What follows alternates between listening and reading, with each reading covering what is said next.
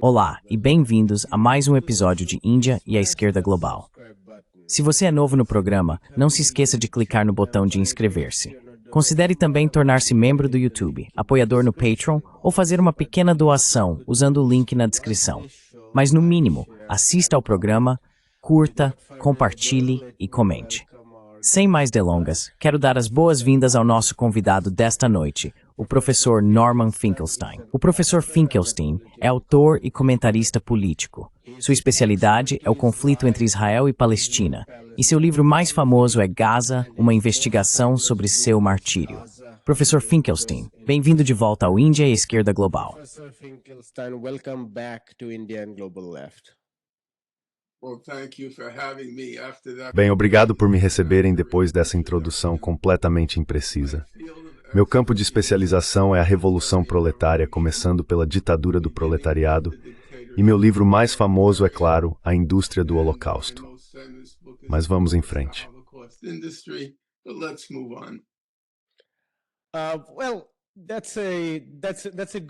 Bem, essa é uma boa correção, na verdade, porque eu queria conversar com você hoje principalmente sobre a eleição, a vitória do prefeito eleito Zoran Mamdani.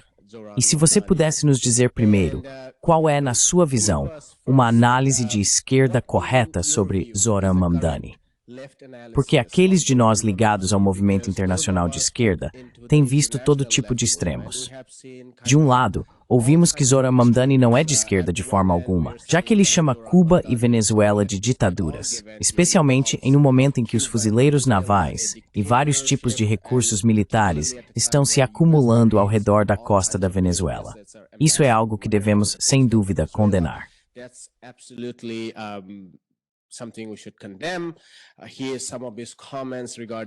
Alguns dos comentários dele sobre o Hamas também são coisas que muitos esquerdistas repudiam. Por outro lado, houve muita celebração em torno de sua eleição e das causas pelas quais ele lutou. Então, se você pudesse nos dar sua percepção sobre qual seria uma forma melhor de analisá-lo a partir de uma perspectiva de esquerda, evitando essas duas dicotomias.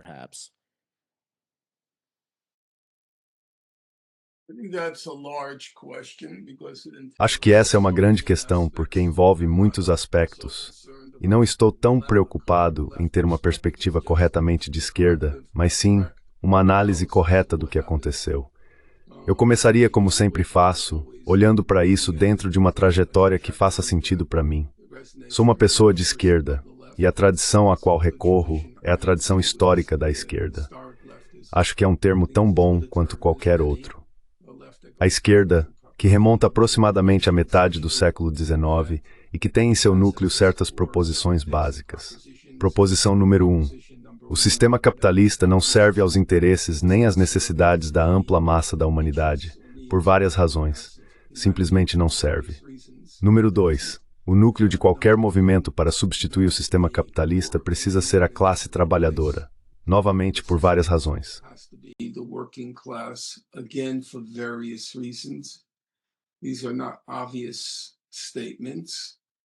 Essas não são afirmações óbvias. E em terceiro lugar, que alguém aspira a algo vagamente denominado como uma sociedade socialista ou eventualmente comunista.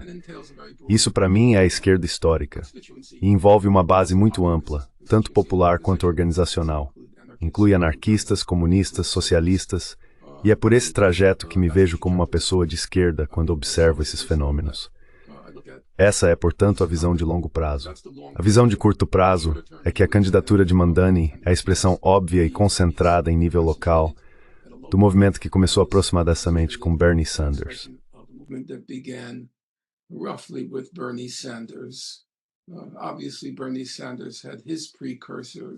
Obviamente, Bernie Sanders teve seus precursores, desde o movimento Occupy até a campanha de Ralph Nader. Mas acho que um bom ponto de partida é a candidatura de Bernie Sanders em 2016 e 2020. Acredito que a campanha de Mamdani seja o desdobramento mais evidente disso. Imagino que tenha havido uma grande sobreposição, talvez não entre as pessoas que votaram nele, mas certamente uma grande sobreposição entre os ativistas, sabe? O que ele chamou no final de base de voluntários de 90 mil pessoas. Suspeito que tenha havido uma enorme sobreposição com os voluntários de Bernie. E ele também teve os mesmos problemas da campanha de Bernie. Teve dificuldade com os afro-americanos, algo que parece ter superado, não completamente, mas de forma significativa até o momento da eleição propriamente dita.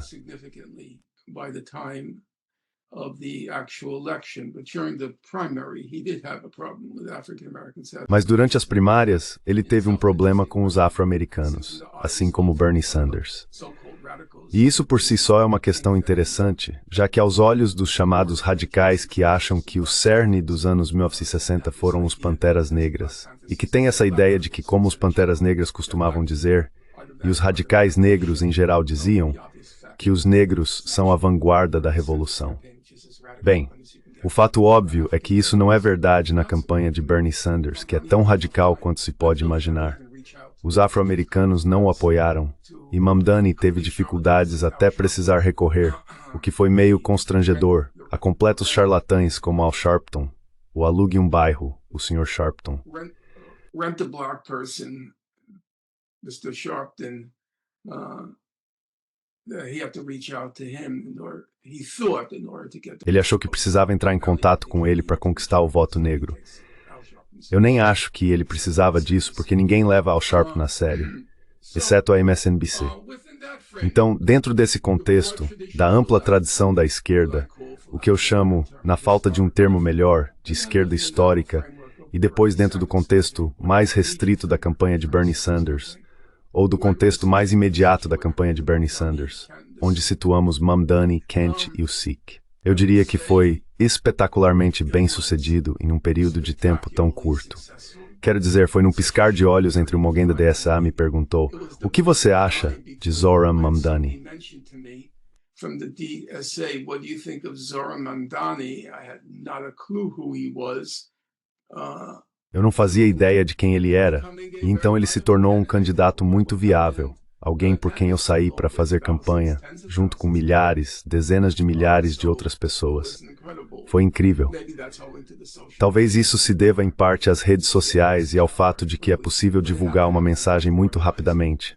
Mas também teve a ver com a organização. Exatamente como foi organizada com tanto sucesso, eu não saberia dizer. Mas foi notavelmente bem-sucedida. Isso também acontece porque existe um eleitorado por aí, um grande número de jovens para os quais não há futuro. Não há nada disponível. Você ficaria bastante surpreso se andasse pelas ruas de Nova York, como eu faço, com a quantidade de pessoas que encontra sem emprego.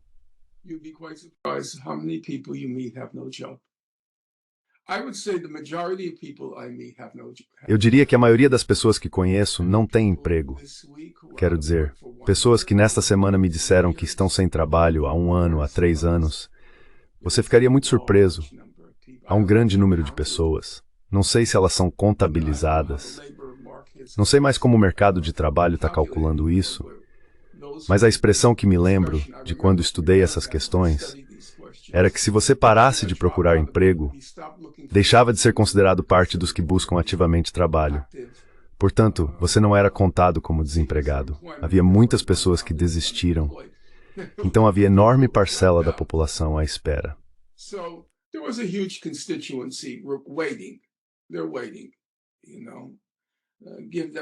Eles estão esperando. Dê a eles um candidato viável, uma plataforma que ressoe e um representante credível dessa plataforma, e eles aparecerão. Mesmo depois das 10.000 decepções de Bernie com sua base em 2016 e 2020, sabe de uma coisa? Eles ainda aparecem por ele. Ainda aparecem por ele em números massivos. Porque apesar de todas as suas limitações, de todas as suas falhas, ele é fiel à causa. Ele tem seus limites, mas é fiel à causa. Então eles sabem disso. Eles sabem que, veja, Bernie é um homem velho. Ele poderia parar. Não é, ele não está fazendo isso por dinheiro. E é óbvio que não está fazendo isso por ego. É óbvio que ele acredita nesses valores. Então, se você lhes der a plataforma, uma forma viável de alcançar essa plataforma, ou seja, um movimento e líderes credíveis, há uma massa de pessoas pronta para se juntar.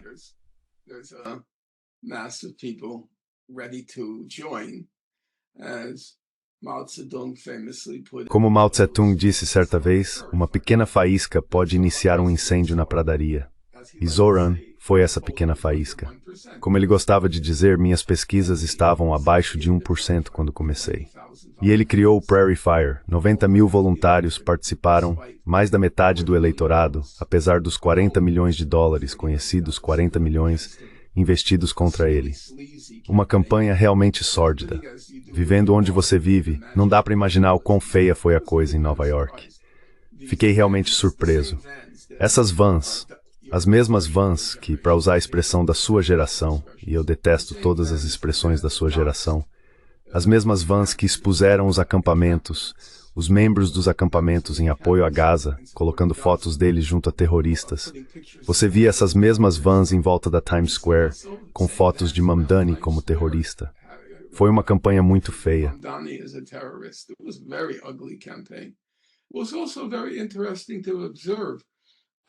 Também foi muito interessante observar, tendo sido um veterano das campanhas de Bernie Sanders.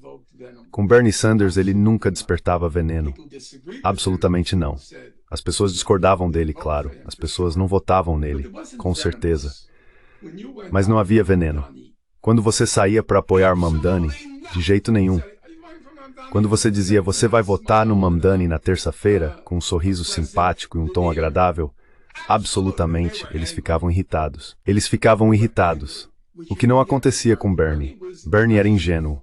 Na verdade, nem me lembro de alguém dizer que Bernie era extremo. Bem, talvez dissessem que ele era socialista, mas ele conseguia praticamente neutralizar isso dizendo, acredito no socialismo escandinavo. Então a pior coisa que as pessoas diziam era, bem, os Estados Unidos não são a Noruega. Esse era o tipo de resposta. Algumas pessoas entraram em pânico. Um apresentador da Fox News comparou as primárias de Bernie a Nuremberg. Quando você estava fazendo campanha, não recebeu uma resposta venenosa. Você recebeu uma resposta muito venenosa com Mamdani, muito venenosa. Tem a ver com a identidade dele, por estar associado ao movimento palestino, ou com a identidade muçulmana dele?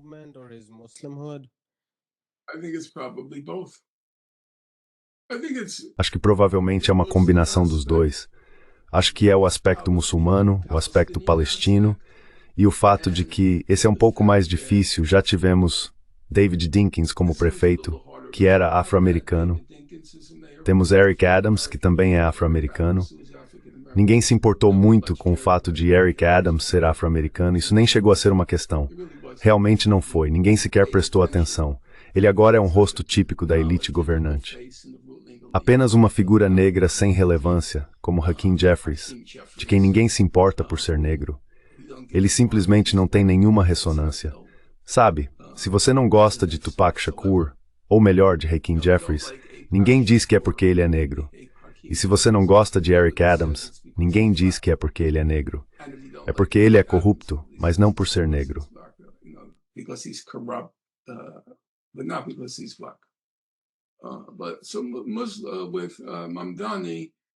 Com Mamdani foi uma combinação da demonização por ele ser muçulmano, e essa demonização transbordou para a questão de Gaza. Acho que também havia uma preocupação genuína entre a classe dominante, os que têm cerca de 20% de Nova York, de que o bastão estava sendo passado por um radical. Eles não queriam balançar o barco. Então acho que esses foram os fatores. Quanto ao restante, como alguém da esquerda histórica, e aqui eu não incluiria Bernie Sanders nesse aspecto específico, as campanhas são excessivamente centradas no líder. O que ele fará, o que ele dirá, em vez de serem um partido, uma organização com uma plataforma a qual o líder deve prestar contas.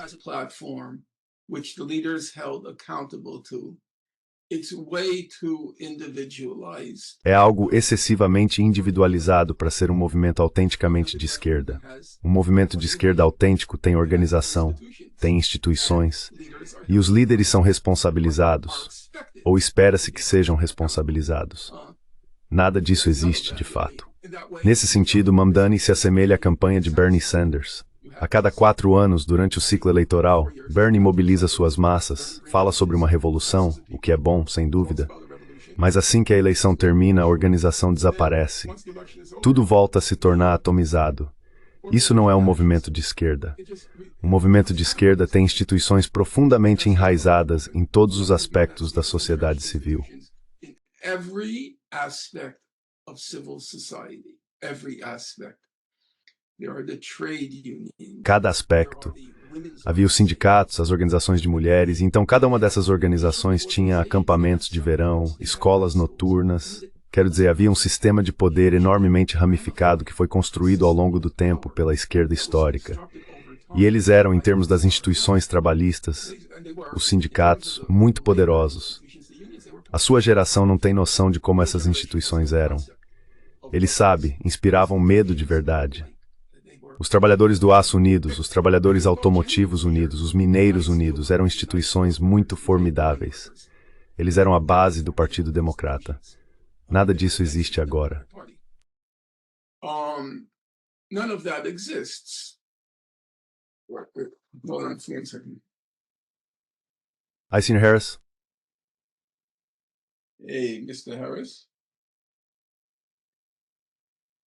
Yeah, I'm doing an interview now, so can we talk later? Sim, estou dando uma entrevista agora, então podemos conversar depois. Obrigado. That's not there, and that's a very Então isso não existe. and that's going to lead E esse é um problema muito grande. E isso vai me levar ao próximo ponto. A ausência das organizações, do aparato ramificado, por assim dizer, do poder popular. O que afetou, sabe, quando você olha para organizações como o Partido Comunista, eles tinham as escolas noturnas, tinham os acampamentos de verão. Eles eram realmente comprometidos. Faziam parte de uma organização. Tidens politischen Parti. organization, they were committed to the party. As a matter of fact, I remember a veteran of Na verdade, lembro-me de uma veterana daquela época, uma mulher brilhante chamada Annette Rubinstein. Ela certa vez deu uma palestra e disse que é completamente incorreto pensar que o macartismo, o ataque da extrema-direita à esquerda após a Segunda Guerra Mundial, foi o que destruiu o Partido Comunista nos Estados Unidos. Porque eles eram veteranos, eram duros. Quero dizer, eles haviam liderado os movimentos antifascistas na Europa. Estavam prontos para ser torturados, prontos para morrer pela causa. Eram pessoas de pele muito dura. McCarthy não iria detê-los. Eles foram para a clandestinidade, mas estavam comprometidos com a causa, comprometidos a longo prazo, comprometidos com suas vidas.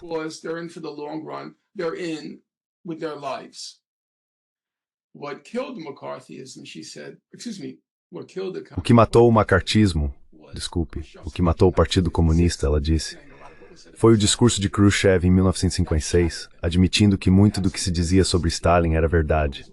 Isso os destruiu. Foi então que o êxodo começou. Quando perceberam que tudo era uma mentira, que sempre fora uma mentira e que tinham sido enganados.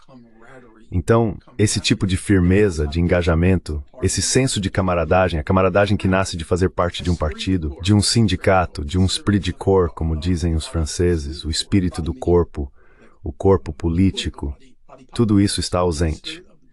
Claro que sentimos solidariedade uns com os outros, mas ela é muito dispersa porque não temos reuniões em conjunto.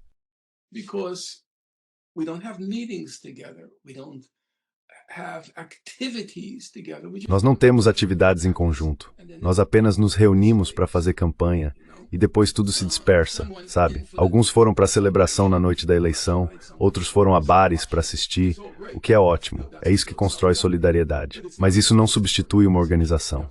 É preciso ser honesto quanto a isso. Então isso nos leva ao nosso segundo ponto. O segundo ponto é, ok, ele venceu. Ótimo. Eufórico. Sem dúvida alguma. Eu fiquei muito feliz. E havia um elemento de distinção. O discurso dele na noite da eleição, ele levou a mãe e o pai ao palco e levou a esposa também. E havia muita dignidade. Como disse um comentarista, ele não tem vergonha de ser muçulmano. He's not ashamed to be Muslim.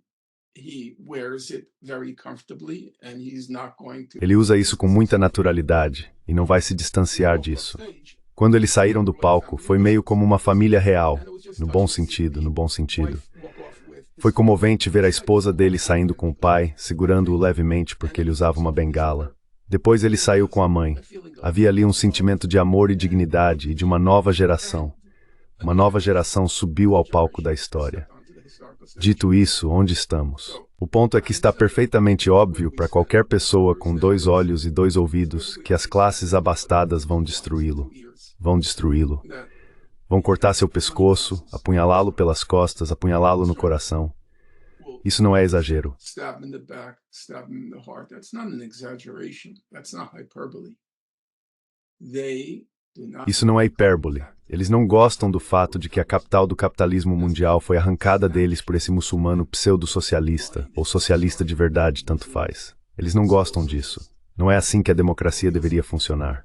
Não, é exatamente assim que eles se sentem. Democracia é: nós escolhemos os candidatos e vocês podem votar neles. É assim que a democracia é. Nós escolhemos quem serão os candidatos. E então vocês podem escolher, entre os que nós escolhemos, quem vai vencer. Mas a escolha é nossa. Nem sequer há a pretensão de que haja algo de errado nisso. Não há. Eles acham que são os reis filósofos platônicos. E como Platão coloca, as massas em sua sabedoria e, portanto, consentem com suas decisões. In their decisions. That's how Plato conceived the division of labor. É assim que Platão concebia a divisão do trabalho.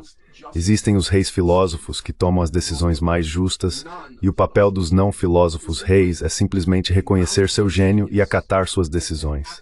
Essa é, para Platão, a divisão correta do trabalho. E é disso que se trata esse tipo de gente. Bill Ackman não consegue conceber como alguém poderia deixar de ver seu gênio. Ele estudou em Harvard, escreve tweets de 10 páginas, é tão obviamente um gênio. E, se você não percebe isso, é porque é ignorante demais para reconhecer o gênio deles. Veja, na República de Platão, a pessoa comum vê obviamente que essas pessoas deveriam liderar. Portanto, é uma falha das massas. So it's a failing on the part of the masses. They are so stupid, so benighted, that they Eles são tão estúpidos, tão ignorantes que não conseguem ver que são os Ackmans, os Bloombergs, os Barry Sternlights. São eles que deveriam estar no comando. É uma falha da parte deles. Eles não entendem o papel que têm no grande esquema das coisas. Então agora estão furiosos. Bloomberg colocou 8,5 milhões de dólares. Sabe quando Bloomberg concorreu pela 3ª vez? Eu nem sabia contra quem ele estava concorrendo. De verdade não sabia. E a pessoa contra quem ele concorreu teve algo como 48% dos votos, porque todo mundo odiava o Bloomberg. Eu nem sabia quem ele era. Você sabia que o Bloomberg gastou por voto, nessa 3ª eleição para prefeito de Nova York, $900 por pessoa? Sim. E ele deu 8 milhões de dólares para o Andrew Cuomo. He gave him $8.5 million. That's not small. Well, for him it's small change, but for most people. Isso não é pouco. Bem, para ele é trocado, mas para a maioria das pessoas não é. Ackman deu 1,75 milhão de dólares a Cuomo. Ronald Lauder deu 2,8 milhões. Então espere, nós demos 40 milhões. Isso não era para acontecer. Não é assim que a democracia funciona. Nós escolhemos os candidatos, e vocês escolhem entre eles quem querem. É assim que deveria funcionar. Então vai ser brutal. Eles vão destruir a cidade. É assim que eles sempre agem. Foi o que fizeram com Allende no Chile. Foi o que fizeram com Morsi no Egito. Foi o que fizeram aqui, ali e em todo lugar. Eles, como Henry Kissinger disse famosamente, no caso do Chile, vão fazer a economia gritar. É isso que eles vão fazer. Eles têm 2 opções. Uma é a opção da AOC. They have 2 options. One is the AOC option. Buy him wolf with the glamour. Compre-o com o glamour. Mas a AOC é uma cabeça oca. Ela é uma cabeça oca. Não há um pensamento político na cabeça dela. Ela é incapaz de pensar em termos de política. Ela acabou sendo eleita por acaso. Mandani é muito diferente. Mandani tem uma linhagem política. Provavelmente sou uma das 2 ou 3 pessoas vivas que leram os livros do pai dele quando ele era maoísta. O pai dele fazia parte de um grupo de maoístas radicais na Tanzânia, quando Julius Nyerere, que era um sujeito decente, era presidente da Tanzânia. E havia a Universidade de Dar es Salaam, que fica na capital da Tanzânia, e lá existia um grupo radical de maoístas. Para os seus ouvintes, um maoísta era um seguidor do presidente Mao da China. E eles publicaram alguns bons livros. They put out some good books. His father, the first book I read by his father. O primeiro livro que li do pai dele foi Politics and Class Formation in Uganda. Esse é o tipo de coisa que eu lia, porque quando você fazia parte daquela seita, era suposto ler tudo o que qualquer um escrevesse. O livro dele foi publicado pela Monthly Review Press, e eu lia todos os livros que eles lançavam, religiosamente. Foi editado por Paul Sweezy. Então o pai dele vem de um contexto radical, e ele seguiu a plataforma política socialista muito típica. Identificar 3 ou 4 questões que ressoem com as massas, e seguir com essa plataforma. Fosse Bernie Sanders com Medicare para todos, o Green New Deal, a abolição da dívida estudantil, ou fossem os bolcheviques com paz e terra. É sempre a mesma coisa. Uma plataforma socialista típica, um número finito de slogans que ressoam com uma grande massa de pessoas.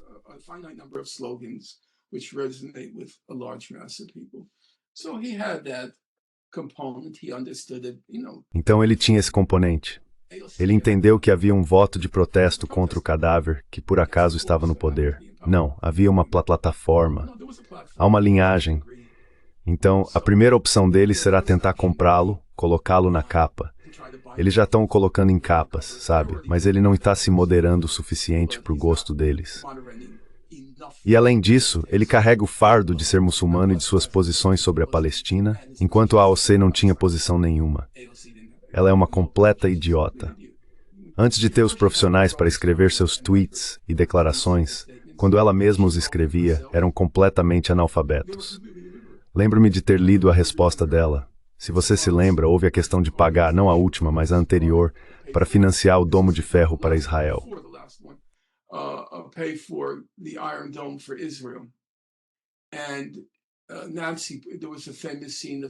E houve aquela cena fantasiosa da Nancy Pelosi conversando com ela antes. Então ela se absteve e começou a chorar, todo aquele teatro. E depois teve que explicar. Ela escreveu essa explicação e estava completamente incoerente. Quero dizer, faltavam pontos, faltavam sujeitos, faltavam vírgulas. Depois imagino que ela percebeu que aquilo não era profissional, então contratou pessoas profissionais para escrever por ela. Então ele não é a AOC. No entanto, ele fez um movimento, na minha opinião, fundamental, que me fez pensar se ele vai apenas beliscar as bordas, o que nunca vai satisfazer sua base. A base dele não vai parar em ônibus gratuitos. Eles não têm empregos, não têm futuro, nada. São migalhas se tudo terminar com ônibus gratuitos. Como começo, tudo bem, mas isso, como eles dizem, é só um aperitivo, sabe?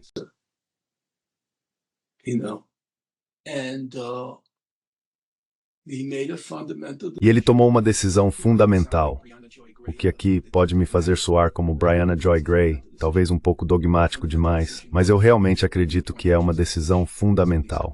A decisão foi: estou reconduzindo Jessica Tisch ao cargo de comissária de polícia. Você não precisa ser um leninista convicto para reconhecer que o núcleo do Estado é seu aparato repressivo.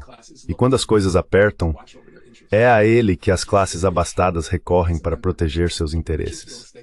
Jessica Tisch é membro de uma das famílias mais ricas do setor imobiliário da cidade de Nova York. Onde quer que você olhe, prédios, instituições culturais, universidades, eles estão por toda parte. Seus compromissos de classe estão gravados em seu DNA. Ponto final. Se você realmente quer desafiar a distribuição de riqueza, não entregue o principal instrumento de poder do Estado a essa classe.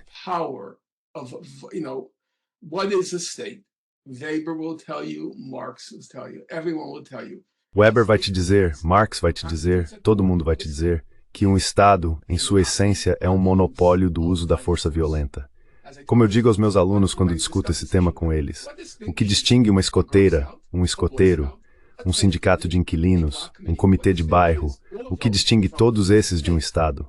A resposta é: uma escoteira não pode te prender. Um escoteiro não pode te prender. Você entendeu a ideia? O Estado é, como todos, de Weber a Marx, dirão, definido por seu monopólio sobre o uso da força viva. Isso é um Estado. E o núcleo do Estado é a polícia ou o exército, dependendo do nível que você está observando. E isso foi um teste para eles, um teste decisivo. Você via isso em todas as publicações e na mídia tradicional.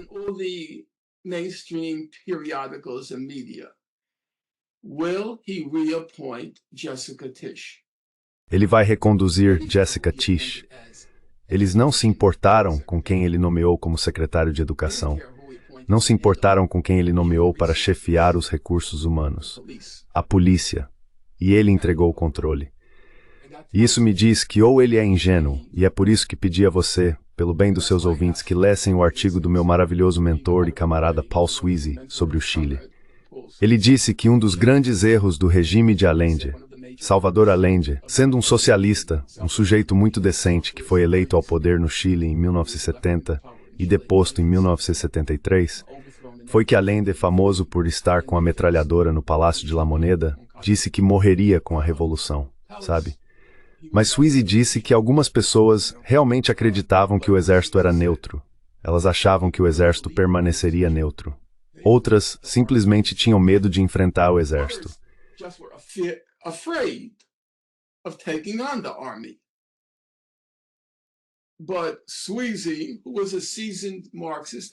Mas Sweezy, que era um marxista experiente e analista, e também conhecia os integrantes da coalizão Unidade Popular, ele os conhecia, disse, citando Lenin, você não pode simplesmente tomar o controle desse Estado. Agora Lenin usa uma linguagem muito violenta. É preciso esmagar o Estado, é preciso destruí-lo. Sweezy deu um tom mais moderado, é preciso reorganizá-lo e assim por diante. Paul Sweezy, que escreveu o artigo, ele também escreveu um pequeno livro, cujo último capítulo se chamava A Derrota de 11 de setembro de 1973. Lembro-me muito bem disso. Seja por ingenuidade ou por medo de enfrentar essa questão, a decisão de Zoran Mamdani foi, de qualquer forma, muito reveladora, e uma que as elites dominantes, as classes abastadas, observaram de perto.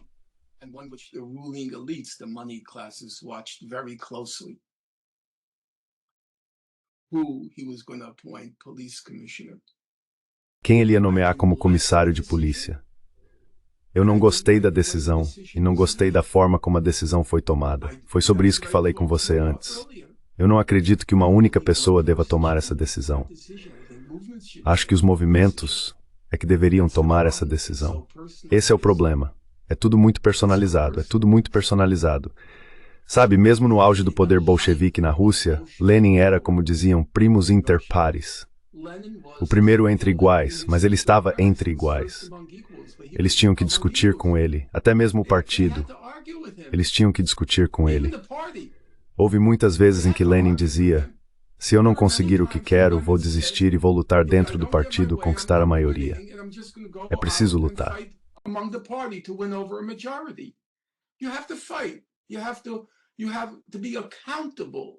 Você precisa ser responsável.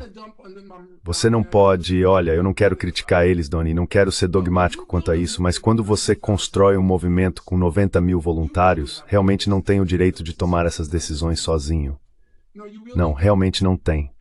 Há uma arrogância, uma presunção aí que é inaceitável. Tem que haver uma discussão e um debate profundos. Tem que haver documentos de posição. Vamos ouvir o que as pessoas têm a dizer. Agora, eu reconheço que não dá para fazer isso em toda decisão. Eu reconheço isso. Não sou um socialista utópico, eu reconheço isso. Mas essa não foi uma decisão trivial, e é por isso que pedi para você ler o artigo do Sweezy sobre o Chile. Essa não é uma decisão trivial.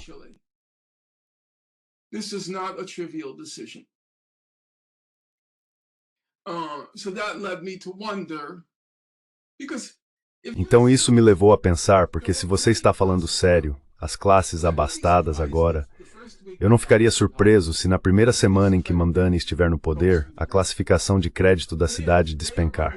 Eles vão manipular todos os instrumentos de poder econômico, os bancos, Wall Street, tudo, para destruir a visão dele, ou a visão que ele apresentou. E isso significa confrontos. Significa confrontos. O que quero dizer com confrontos? Significa que você precisa organizar a sua base para cercar os bancos, cercar Wall Street, ir até Albany, a capital do estado, protestar, exigir, fazer ocupações e dizer não, vocês não vão fazer isso. E eles vão dizer que é propriedade privada e você vai dizer não, não, vocês não têm o direito de arruinar nosso futuro. Vocês não têm esse direito, vocês não têm esse direito.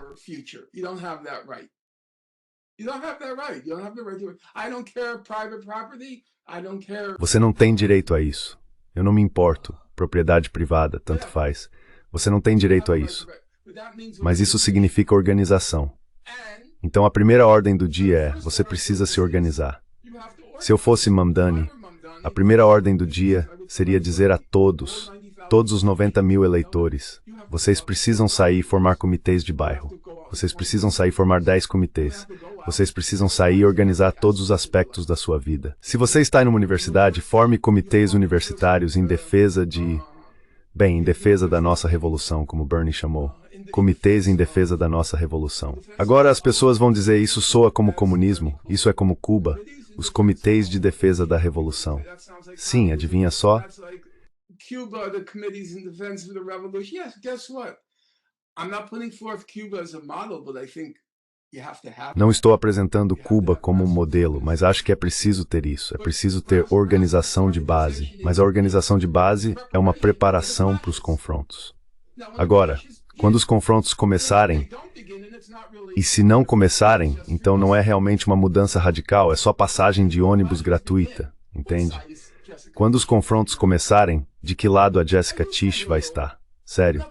Vamos lá. De que lado ela vai estar? A maior incorporadora imobiliária da cidade de Nova York, na capital do capitalismo mundial. De que lado ela vai estar? E por que você fez isso? Quer apaziguá-los? Você não pode apaziguá-los. Você tem que ser parte deles. Você tem que ser o Eric Adams, que era um completo idiota, mas fez tudo que o Upper East Side mandou ele fazer. He did everything the Upper East Side told him to do.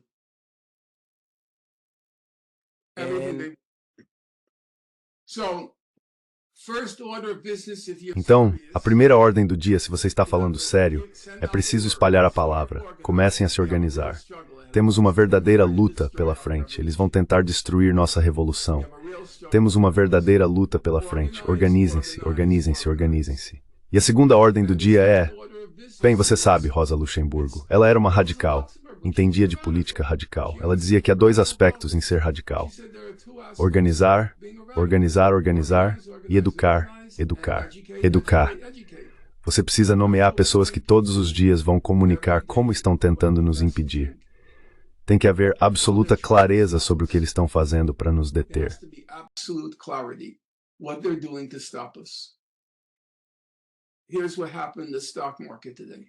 Aqui está o que aconteceu no mercado de ações hoje.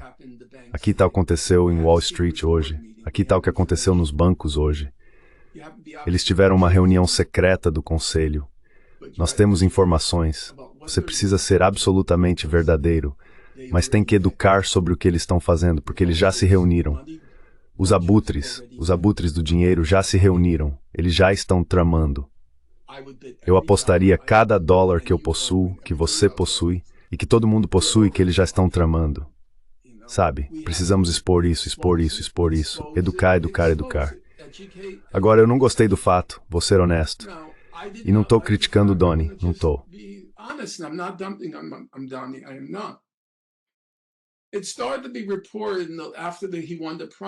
Começou a ser noticiado depois que ele venceu as primárias, que estava tendo todas essas reuniões secretas com as classes abastadas e suas organizações na cidade, sabe?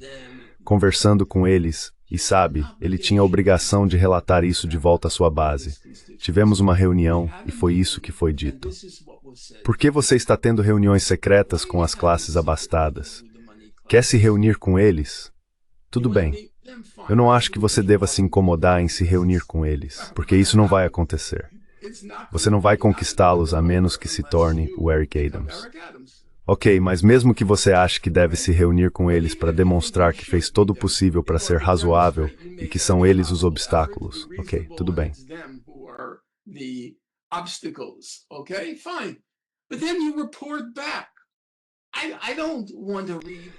Mas então você faz o relatório. Eu não quero ler nos órgãos da elite dominante que foi noticiado que ele teve uma reunião com esse grupo e que foi noticiado que ele disse isso e eles disseram aquilo. Não, sabe de uma coisa, Sr. Mamdani? Ele deveria publicar uma transcrição da reunião. E se eles não quiserem publicar a transcrição, então ele deveria se recusar a se reunir com eles. Não há segredos em sua base eleitoral. Por que há segredos? Isso é inaceitável. Você se lembra do primeiro ato dos bolcheviques quando chegaram ao poder? Trotsky foi nomeado ministro das Relações Exteriores. Sabe qual foi o primeiro ato dele como ministro das Relações Exteriores? Sabe? Publicar todos os tratados secretos. Publicar todos os tratados secretos. Publish all the secret treaties. There are no secrets from your constituency of yours. Não existem segredos em sua base eleitoral se você é socialista. Você está se reunindo com o outro lado, o inimigo autodeclarado, e não nos conta o que está dizendo. Não. Há aí um elemento de arrogância que é inaceitável, e é por isso que isso me incomoda. Eu disse, isso não faz parte da esquerda histórica. Essas candidaturas personalizadas, sem organização. Isso é um problema, e precisamos reconhecer isso. Então encontrei o artigo de Sweezy que pedi para você ler, e você vai chamar a atenção dos seus ouvintes para ele, como obtê-lo. Eu o encontrei no momento em que Mamdani venceu as primárias. Imediatamente voltei para reler o artigo, logo depois que ele disse que manteria Tish. Pensei, vou encerrar de novo.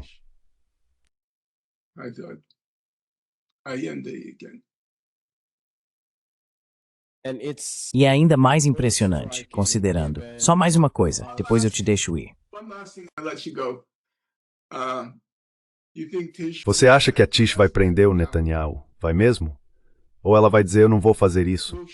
Então por que você diz que vai prender o Netanyahu e depois a nomeia comissária de polícia? Você sabe que ela não vai fazer isso. Isso significa que você não está falando sério. Há uma chance em 10 milhões de ela prender o Netanyahu.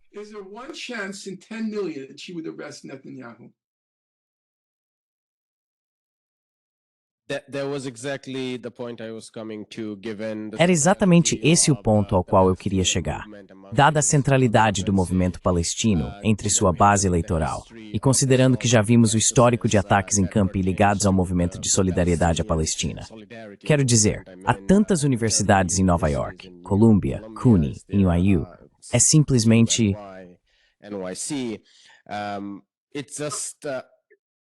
Tipo 40. Quer dizer, um enorme em Nova York. Certo. E considerando que a recente onda de ataques à liberdade de expressão tem ocorrido em torno da questão central da Palestina, e considerando que você mobilizou sua base em torno desse tema, isso pelo menos deveria ter chamado sua atenção, se não para as questões mais profundas sobre o que você vai fazer se surgir a questão de congelar o aluguel. Porque, em questões de aluguel, prédios e terras, haveria casos de despejo que poderiam levar a confrontos físicos entre a classe dos proprietários e os inquilinos. E se a polícia não ficar do seu lado, toda essa confusão sobre congelamento de aluguel é pura bobagem.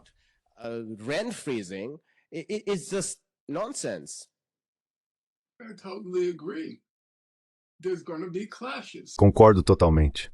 Vão acontecer confrontos. E você entrega o poder, o instrumento central do Estado. Em última análise, quero dizer, pessoas como Ranchi dirão que há todo tipo de coisas que o Estado faz para tentar criar consenso. Sim, isso é verdade. Mas o essencial, quando Sweezy escreveu o artigo sobre a Land, havia todas essas teorias modernas sobre o Estado, de que ele não é apenas um instrumento do poder de classe. Você é jovem demais para se lembrar, mas havia todos esses debates com pessoas como Paul Lantzas e outros sobre a natureza do Estado. Mas quando chega a hora da verdade, o que aconteceu no Egito, o que aconteceu no Chile, o Estado intervém com seu aparato repressivo. Agora, não estou dizendo que estamos à beira de uma revolução socialista em Nova York, mas reconheço que haverá confrontos, e o outro lado é absolutamente implacável.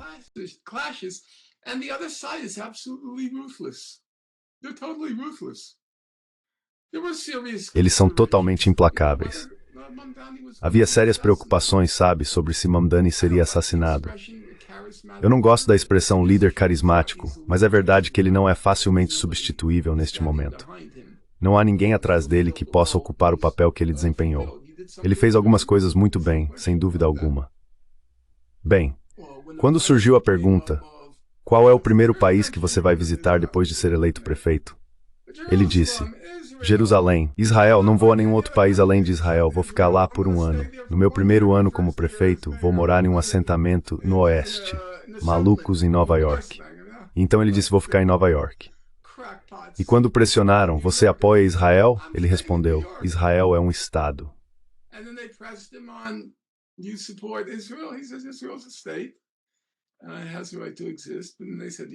E ele tem o direito de existir. E eles disseram, você apoia um Estado judeu de Israel? Ele respondeu, eu não apoio um Estado onde haja uma hierarquia de direitos. Eu apoio um Estado onde haja direitos iguais. Foi feito de forma belíssima. Se foi ensaiado, não sei, mas foi feito de forma belíssima, disso não tenho dúvida. Eu não teria conseguido fazer tão bem, não acredito que conseguiria. Foi feito com muita naturalidade, porque silenciou completamente seus oponentes. Espere, você acredita que os direitos devem ser desiguais? Ninguém vai dizer que sim, certo? Você acredita que deve haver direitos desiguais para os cidadãos? Ninguém vai dizer que sim. Então ele o silenciou completamente, e fez isso com absoluta finesse e facilidade. Ele é bom, e não é alguém fácil de substituir.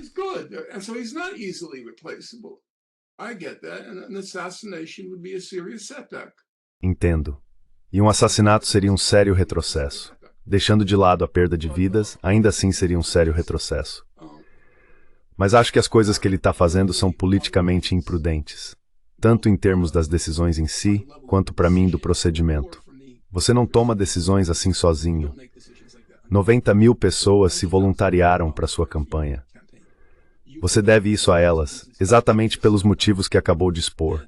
Essas são questões iminentes agora, quando se fala em tirar o poder de uma classe que não vai simplesmente abrir mão dele. Esta é a capital do capitalismo mundial. Eles não vão ceder poder a um movimento genuinamente socialista. Então, ou você não é genuinamente socialista, ou é muito ingênuo. E nenhuma dessas opções é muito promissora para o futuro.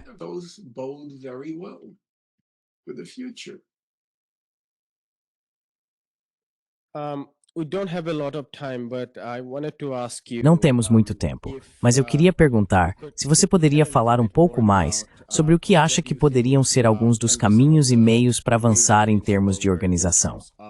Porque, como você disse corretamente, na história recente dos movimentos progressistas e radicais nos Estados Unidos, pelo menos desde o Occupy Wall Street, vimos organização de várias formas. Não é que haja uma completa ausência de organizações, mas elas são muito discretas. Elas não são coordenadas em termos simples da esquerda. Não há um partido centralizado de organização. E isso traz à mente a questão da relação dele com o Partido Democrata. Então, se você pudesse comentar sobre isso. So if you could comment on that, and also a side question building on what you said, and it's related. E também uma pergunta paralela, partindo do que você disse e que está relacionada a isso, é se você poderia explicar melhor o que quis dizer com a sua expressão sobre a conexão atenuada, estou parafraseando a frase dele, com a comunidade afro-americana, considerando que a questão policial também é muito crítica para o movimento de justiça prisional nos Estados Unidos, que afeta desproporcionalmente a comunidade afro-americana. Também não tenho certeza do que você quis dizer exatamente quando afirmou que o movimento de Sanders, e não estou falando do próprio Bernie Sanders, mas de todo o movimento em torno dele, não estava conectado com a comunidade afro-americana, porque Cornel West, Kimberly Crenshaw, Gerald Horne e Brianna Joy Gray, todos apoiaram Sanders. Então, se você pudesse esclarecer isso também, acho que seria útil.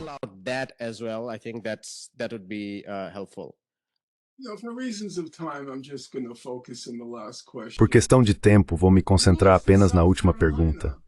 Ele perdeu na Carolina do Sul. Bernie estava no caminho para vencer as primárias democratas. Não havia dúvida quanto a isso. Eles estavam enlouquecendo, quero dizer, estavam tendo ataques de nervos na TV, como James Carville. Mas ele perdeu na Carolina do Sul e perdeu por causa do voto negro. Não há dúvida quanto a isso. Então essa ideia de que as pessoas negras estão na vanguarda da revolução simplesmente não é verdade. O argumento é que elas são a classe mais oprimida e como a classe mais oprimida seriam a classe mais radical.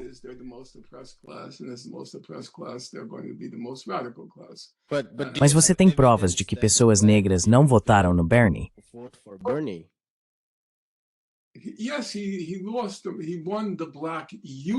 Sim, ele venceu o voto dos jovens negros. Ele venceu o voto dos jovens. Mas o voto dos não jovens, ele não venceu. Bernie Sanders não venceu. E Zohran Mamdani também não venceu o voto dos negros durante as primárias. Esse foi para Cuomo. É por isso que Mamdani, uma espécie de beijo da morte, começou a procurar o reverendo Al Sharpton, achando que esse era o caminho para chegar à comunidade negra. Sharpton ele faz os vigaristas parecerem honestos. Ele é um completo charlatão. Sabe, na nossa cidade, isso é tudo meio esotérico para os seus ouvintes. Mas nós costumávamos ter uma espécie de número de comédia. E sabe o que era? But we used to have a kind of comedy act, and it was the Curtis Sliwa, Al Sharpton. Era o show itinerante de Curtis Sliwa e Al Sharpton. Eles estavam sempre na TV discutindo um com o outro, e todo mundo sabia disso. Era uma comédia. Dois vigaristas discutindo, com Curtis Sliwa fingindo representar os brancos étnicos e Al Sharpton representando os negros radicais. Era tudo apenas um show de comédia. Curtis Sliwa, que concorreu a prefeito, certo? Ele diz que é o chefe dos anjos da guarda. Pergunte a qualquer nova-iorquino. Quando foi a última vez que você viu um anjo da guarda? Talvez há 50 anos. Não existem mais anjos da guarda. Todo mundo só diz, o Curtis, ele tem lutado.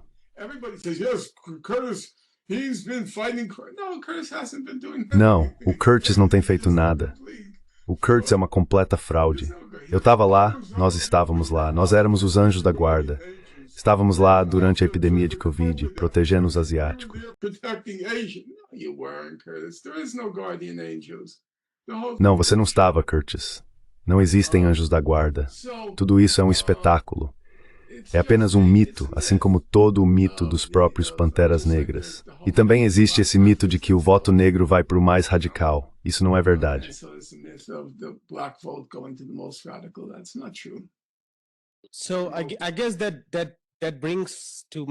Então acho que isso nos leva à questão da relação de Mamdani com o Partido Democrata. Porque na Carolina do Sul, e me corrija se eu estiver errado, os votos foram para Biden, que conquistou o tradicional eleitorado negro democrata. Então, daqui para frente, como você acha que será a relação de Mamdani com o Partido Democrata?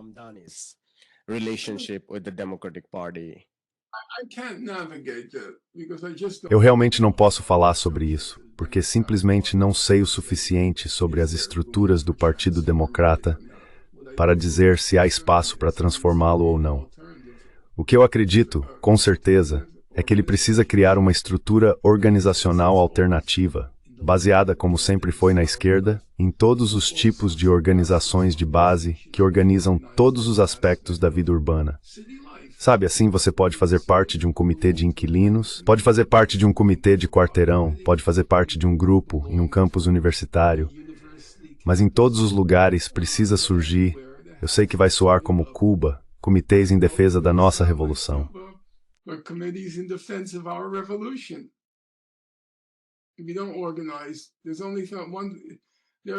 Se você não se organiza, há apenas duas coisas que a esquerda tem a seu favor. Ela tem a verdade e a justiça do seu lado, e tem os números do seu lado. É só isso que ela tem.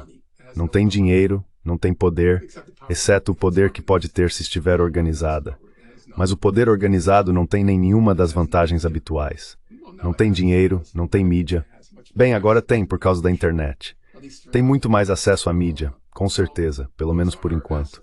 Então esses são os recursos, e esses recursos podem ser difusos ou concentrados. O objetivo agora precisa ser torná-los concentrados, organizações poderosas.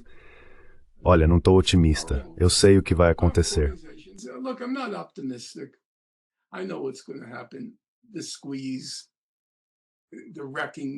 O aperto, a destruição da cidade, para que possam dizer, viu o que aconteceu com Nova York por causa dessas ideias socialistas malucas? Sabe, para dar uma lição nesses novatos. Democracia segundo as nossas regras. Nós escolhemos os candidatos. Você escolhe qual deles quer. Mas você não pode escolher o seu próprio candidato. Não, não pode. Os interesses dos endinheirados, porque eles se veem como reis filósofos, é assim que se enxergam. Eles estudaram nas melhores escolas. São inteligentes, sem dúvida. Inteligentes no sentido convencional, sabe? E são simplesmente fenomenalmente arrogantes. Sabe, para Bill Ackman, é claro que eu deveria ser o responsável por escolher quem será o presidente de Harvard.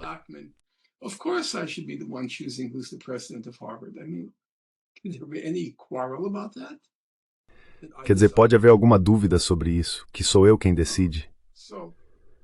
Então, e claro, eu acho uma questão secundária, mas ainda assim importante, a questão de Israel.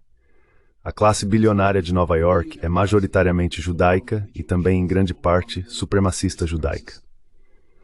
Então essa é a segunda questão, eu diria. É a minha opinião, não é a questão principal. A questão principal é a guerra de classes. E eles vão apertar a cidade agora. E isso é uma das coisas que o Mamdani, eu acho, entende. Ele precisa reunir pessoas ao seu redor que conheçam cada aspecto da economia de Nova York e cada brecha legal, porque eles vão recorrer aos tribunais para impedi-lo. Eles vão fazer de tudo, sabe? Ele precisa conhecer a cidade de ponta a ponta, não apenas pelos livros, o que é muito importante, mas conhecendo as pessoas, andando pelas ruas, conhecendo o povo.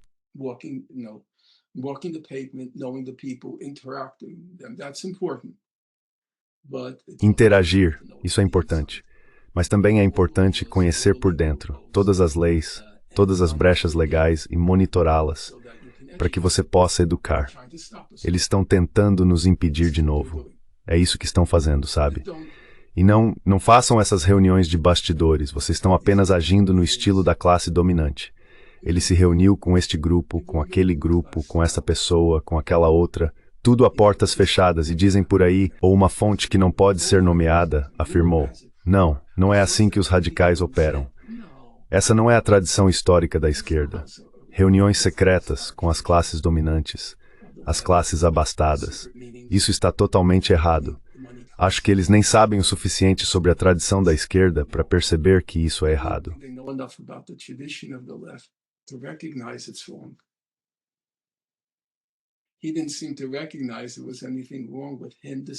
Ele não parecia perceber que havia algo errado em decidir quem seria o comissário de polícia antes mesmo de ser eleito.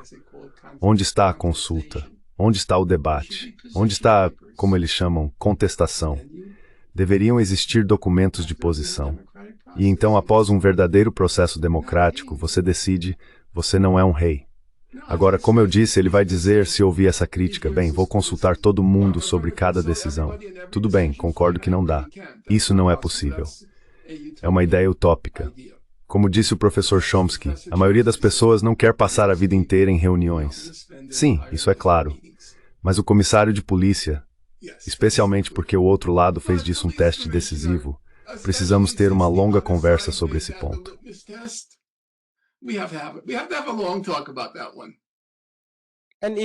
E mesmo os ativistas provavelmente não foram consultados. Então, não se trata apenas de cada eleitor, mas também daqueles que fizeram campanha por ele.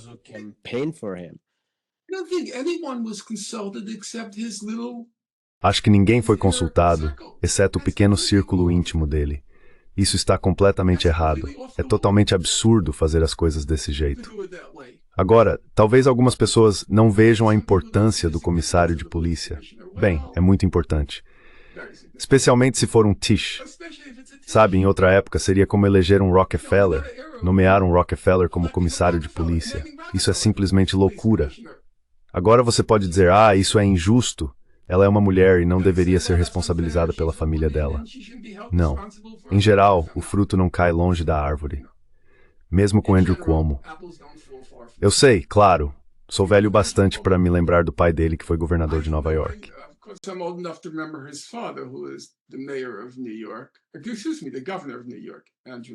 Com licença, o governador de Nova York, Andrew Cuomo. Perdão, Mário Cuomo.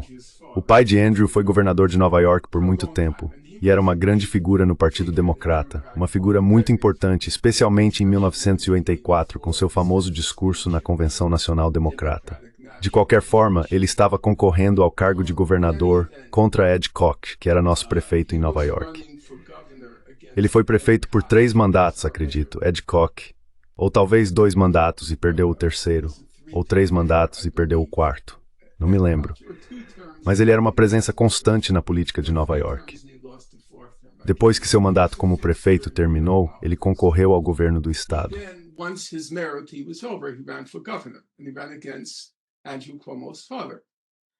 E ele concorreu contra o pai de Andrew Cuomo, Mário Cuomo.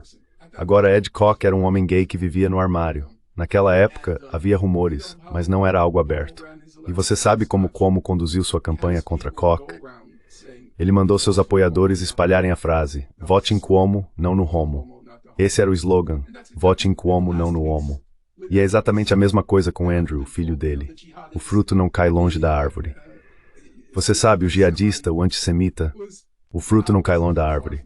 Se você conhecia Mário, sabia que Andrew faria o mesmo elo. Então, um Tish é um Tish. Eles praticamente são dono metade de Nova York. They own half of New York. Real estate. Let's just hope that I read the article that you Vamos sent apenas me, and torcer. let's hope Eu li o that artigo que a você me enviou. moment E vamos like torcer para que um momento como a eleição municipal de 1971 possa acontecer novamente. Como você, sou pessimista quanto à possibilidade de Zohran Mamdani conseguir reagir naquele momento crucial. Talvez ele não consiga. Mas pelo menos, se ele levar adiante algumas das coisas que prometeu, congelar preços, congelar aluguéis, aumentar alguns salários mínimos, provavelmente parte de sua base se ampliaria.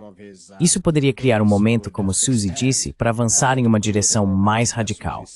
Não acho que Mamdani tenha as mesmas opções que outros tiveram, porque ele está lidando com uma cidade, não com um país.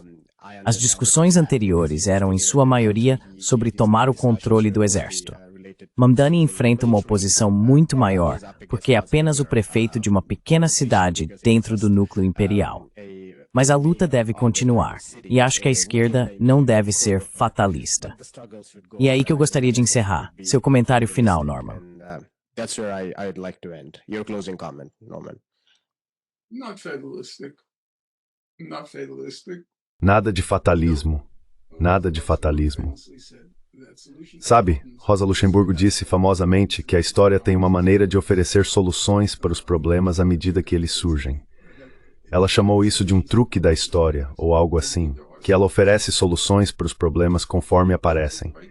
Eu acredito que soluções são possíveis. Só espero que ele escolha o caminho certo. Também tenho que dizer que foi 50-50. Não foi um mandato esmagador, foi muito polarizado, e foi um reflexo genuíno, foi um referendo. Não foi como um punhado de pessoas votando, foi um grande número de pessoas votando. E 50-50 é 50-50. Agora, além de originalmente tinha cerca de 36%, e depois cresceu com as eleições municipais de 71. Mas 50-50 significa que é uma guerra civil. Não é a maioria esmagadora que marca sua visão. Originalmente, a classe trabalhadora representa 90% da sociedade. Verhofstadt and Braitz. Represents 90% of society and it's just 10%. He does have to reach out more. Ele realmente precisa se aproximar mais. Precisa. Mas a pergunta é sempre a mesma. Aproximar-se como? Agradando a classe dominante ou apresentando um programa que abrace os desprivilegiados? Esse é o desafio para Mamdani. Eu não sei, não posso prever o que vai acontecer. Mas ok, digamos apenas para esperar e ver. Acho que ele é honesto, acho que quer uma mudança real e acho que é um jovem que reconhece que sua cabeça está na mira. Literalmente. Há uma boa chance de ele ser assassinado, sabe? E ele está disposto a correr esse risco. Então há um tipo de coragem física bruta aí. E acho que ele vem de uma linhagem socialista, de modo que se importa com as pessoas comuns e com o direito delas a uma vida digna. Então esses são todos pontos positivos. Mas vai ser implacável, implacável. Você viu isso na campanha do Cuomo. Ruthless. You saw it with Cuomo's campaign. You know. You saw it the way. Você viu a forma como toda essa guerra contra os estudantes foi iniciada, culminando nos raptos. Foram sequestros. Pessoas como Mahmoud Khalil e a jovem que escreveu aquele editorial no jornal da escola de Tufts. Quem iniciou isso? Foi a classe bilionária supremacista judaica, como Ackman. Quando as pessoas estavam sendo arrancadas das ruas, foi isso que aconteceu. Você ouviu Ackman dizer uma única palavra de crítica? Ele poderia ter dito, olha, eu discordo do que eles dizem, mas isso não deveria estar acontecendo. Ele disse isso? Não, são brutamontes. São brutamontes. Como minha falecida mãe costumava dizer, porcos com luvas brancas. Não, eles são totalmente implacáveis. Então vai ser muito... Se ele estiver falando sério, se não for uma coisa tipo A ou C, se ele estiver falando sério, vai ser muito difícil daqui para frente. And now that you have capitulated. E agora que você cedeu à polícia da cidade, boa sorte lidando com o DHS, o ICE e a Guarda Nacional. Isso vai acontecer se você os enfrentar. That's coming if you confront them. There's the Trump factor. Tem o fator Trump. Ok, acho que cobrimos bastante coisa. Vamos encerrar por aqui. Algumas novidades, sabe, para acrescentar ao debate e à discussão atuais. Então, você gostou do artigo do Sweezy? Yes. Sim, igual ainda. Esse era ele em seu melhor momento. Sim. Como analista político, foi de altíssimo nível, sabe? Realmente foi. Aqueles eram tempos intensos. Quero dizer, a revolução era algo real. Certo.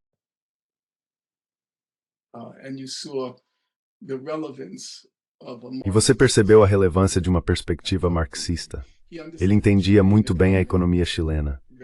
Disse que há reservas na economia, das quais se pode tirar proveito imediatamente, e haverá uma retomada, mas depois essas reservas vão se esgotar.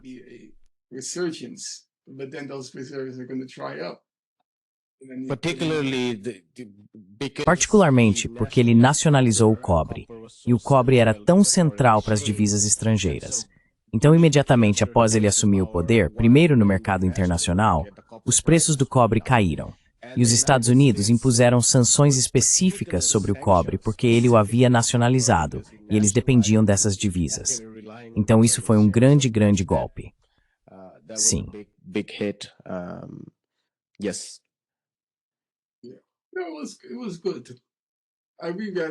Sim, foi bom. Eu o reli, e antes de tudo, me lembrou daqueles tempos em que a revolução realmente parecia algo fora da história. Em segundo lugar, me mostrou que eu tinha bons motivos para tê-lo em alta consideração. Ele era um radical. Lembro-me de uma vez em que havia um ativista chamado Adimu Changa, de Princeton. Ele era um cara muito bom, ainda é ativo. Convidei Sweezy para participar de uma reunião da organização deles, chamada POP, People Organized for Progress. Adimu apresentou Paul Sweezy, e isso foi no coração de Newark, em Nova Jersey. Ele disse, não se deixem enganar pelos cabelos brancos dele. Ele é um verdadeiro radical. Sweezy vinha de uma origem de classe dominante e se comportava como tal, mas era um verdadeiro radical, claro. Certo. Foi bom ver você. Nice to see you. Thanks. Meist altithy sorward, verbrigring. Take care. Meu nome é Ayushman. Eu, junto com Mudyar Jyothishman, iniciamos esta plataforma. Nos últimos 2 anos, temos tentado produzir conteúdo para as forças de esquerda e progressistas. Até agora, entrevistamos economistas, historiadores, comentaristas políticos e ativistas. Se você gostou do nosso conteúdo e quer que construamos um arquivo para a esquerda, tenho 2 pedidos para você.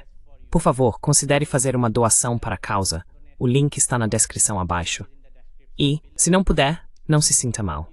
Você sempre pode curtir e compartilhar nossos vídeos com seus camaradas. Por fim, não se esqueça de clicar no botão de inscrever-se. Don't forget to hit the subscribe button.